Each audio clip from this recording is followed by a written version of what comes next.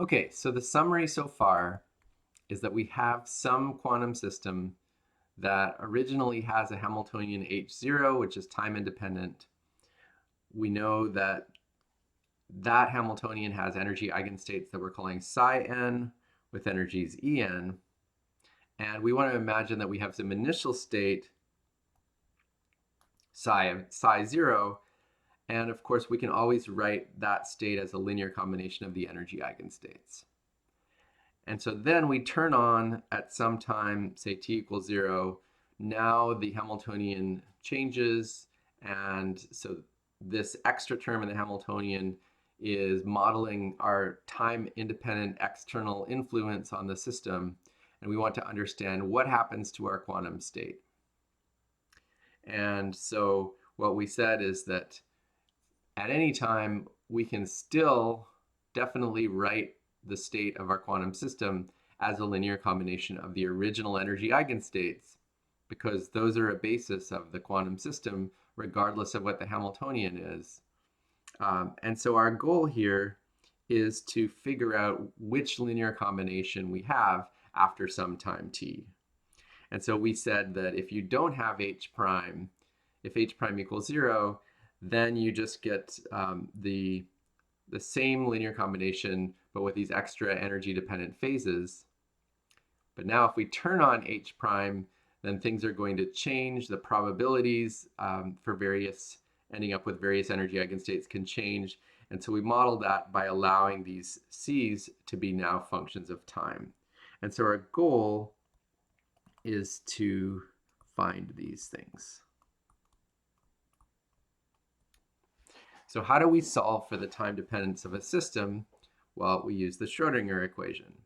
So the regular time dependent Schrodinger equation. So let's write that down. So the time dependent Schrodinger equation says that I h bar times d by dt of our state is equal to the Hamiltonian acting on our state.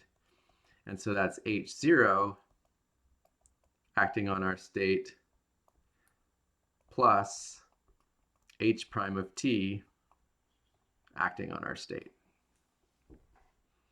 And so what we want to do is take this, which is the general form of our state at time t, and just plug it in the Schrodinger equation in order to get a differential equation for the coefficient Cn of t. So we'll plug star into the Schrodinger equation. Okay, and let's see what we get. So I'll just do this quickly here. So the left-hand side is I h bar times the time derivative acting on our state. And now that time derivative, using the product rule, gives one term where you have the derivative of the function Cn of t, and it gives another term where the derivative is acting on that exponential. So let's write down those terms. So we get I h bar Cn dot, that's the time derivative, times the exponential phase.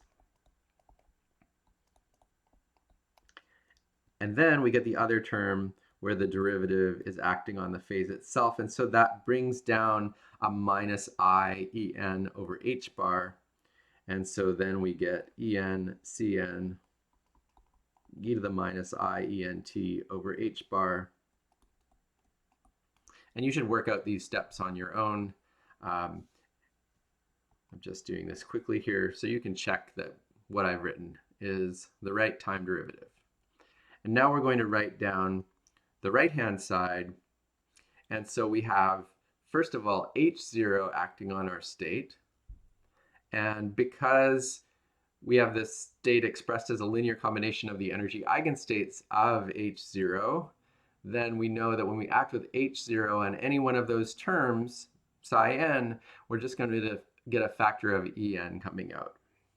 And so on the right-hand side, what we have is En times Cn times e to the minus I Ent over h bar psi n. And then we get the term with h prime of t acting on our state. So that's going to be sum over n Cn times our phase factor times h prime of t acting on psi n. Okay. So one of the things that you'll notice is that the second term on the left-hand side is equal to the first term on the right-hand side. And so those are actually going to cancel each other out. That was why it turned out to be mathematically convenient to include these phase factors there when we were setting up our expression for this state at time t. Okay. And so just like with a regular perturbation theory, what we have now is a vector equation. So it has all these components in the various basis directions. And so now I'm going to take this equation and write down the component along basically the direction of one of the energy eigenvectors. Okay. And so mathematically what I'm going to do is just take the inner product of that entire equation with this state psi m. So we'll take the bra psi m, and the ket will be the various terms in this equation, where we can cancel that one with that one. And so now it's just going to be one term on the left and one term on the right. And so that gives us, so psi n dotted with the equation before, gives us the following. Gives us I h bar times C m dot e to the minus I e m t over h bar. Okay, because in that sum of terms here, the only term that doesn't go away is the one where psi m and psi n are the same. Okay, so that's our left-hand side. And then our right-hand side is going to be a sum of terms. So now we have Cn and then e to the minus I e n t over h bar. And then we have this matrix element psi m h prime of t and then psi n. Okay, and so we can simplify that.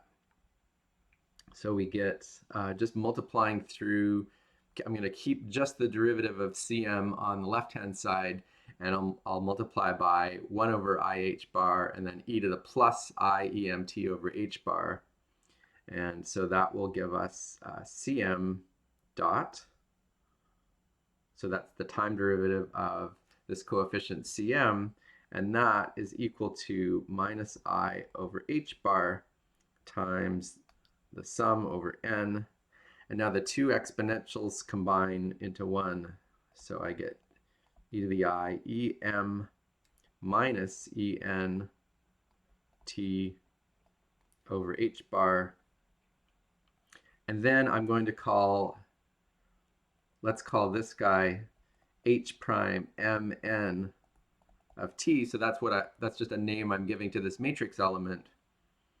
So h prime mn of t, which we could calculate given the various energy eigenstates and this Hamiltonian.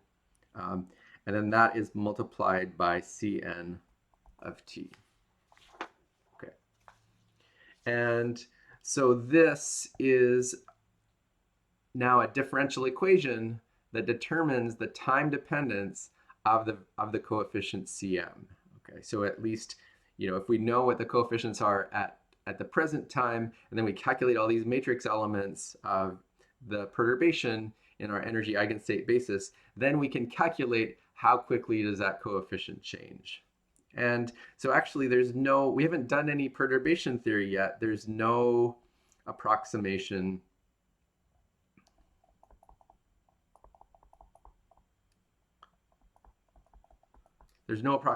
yet. And so what we'll do in the next video is understand, well, how do I solve that in general using the approximation that h prime is very small.